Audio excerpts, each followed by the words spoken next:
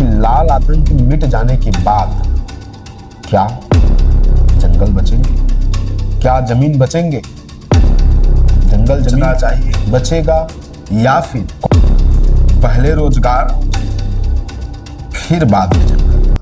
नमस्कार, जय भवानी, जय छत्तीसगढ़। आप सुने होंगे कि हिडमा मारा गया, छत्तीसगढ़ का खूंखार नक्सली मारा गया। पूरे भारतवासियों को इस नक्सली के मारे जाने का बहुत बहुत शुभकामनाएं हमारी ओर से देते हैं। आप सब भारतवासी जो न्याय को जानते हैं और न्याय प्रिय हैं, वो सब के सब खुश होंगे इनके मरने से। हम भी खुश हैं और परमात्मा करे कि ये नक्सलवाद जड़ से मिट जाए, नक्सलवाद जड़ से मिट जाए। हम आपसे भी निवेदन करते हैं कि आप भी ये प्रार्थना करना, लेकिन सभी राजनेताओं से और सभी बुद्धिजीवियों से और सब के सब जनता से हम प्रश्न करना चाहते हैं। और ये प्रश्न मेरा बस नहीं, विचारशील व्यक्तियों का ये प्रश्न होगा, जो प्रश्न हम आपसे कहने जा रहे हैं। प्रश्न क्या हो सकता है आप समझ ही गए होंगे, थंबनेल देख करके समझ ही गए होंगे। तो ठीक ही हुआ कि लाल आतंक मिट रहा है, पूरा का पूरा मिट जाएगा छत्तीसगढ़ से। बहुत अच्छा होगा कि लाल आतंक मिट जाएगा। कि लाल आतंक मिट जाने के बाद क्या जंगल बचेंगे, क्या जमीन बचेंगे, जंगल जमीन बचेगा। कौन देगा इनका गारंटी?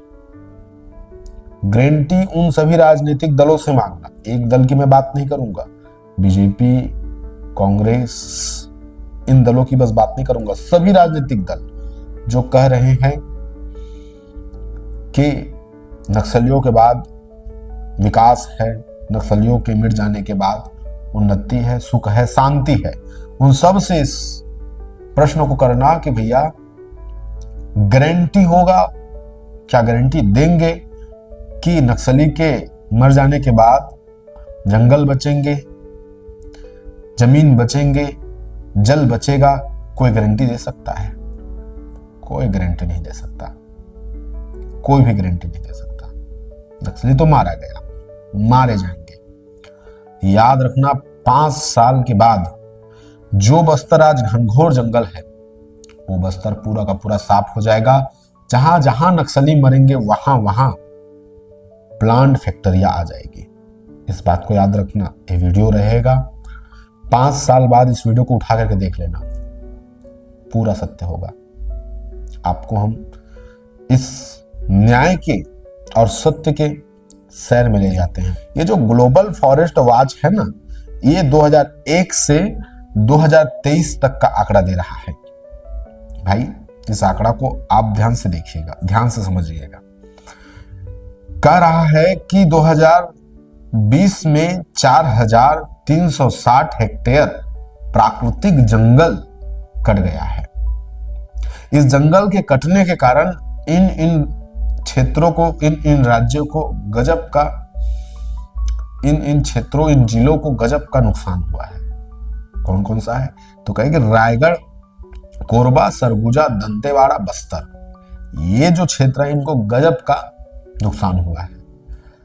और अभी कटना है, अभी कटना है। कौन सा? तो कहेंगे हसदेव जंगल जो है, अभी तक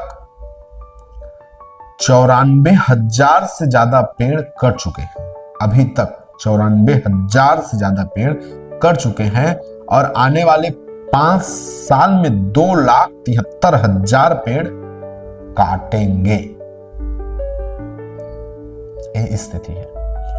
नक्सली मर जाए, नक्सली का मैं कभी समर्थन नहीं करूंगा।